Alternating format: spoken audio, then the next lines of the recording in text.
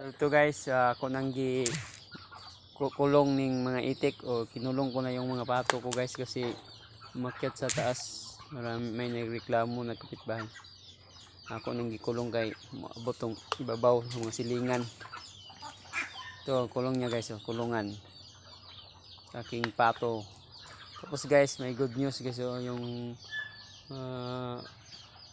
pispan ko na walang tubig ngayon, may tubig na kasi umuulan na guys, natubigan na gyud. Salamat sa Ginoo guys. Ito ang kulungan o akong ikulong ang akong mga itik. Kinulong ko yung pato ko kasi may magreklamo. Makyat kasi ito guys doon sa mga kabahayan o mga silingan na mo ba sa kadto. Punta daw sa ano nila. Iwan ko.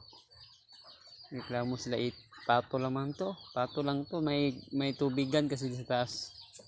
May tubigan ba mo lang maabot sila dito.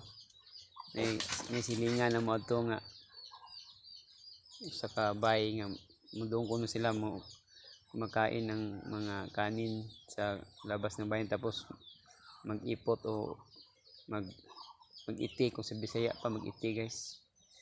Pilar mo nang itipod sa itik gamay man kayo. Kulong na kuloy pod di sila kalangoy tubig ba diari di makalangoy.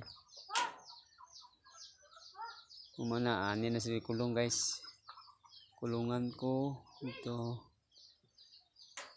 ang pispan ko, lagyan ko ng isda to guys, puhon.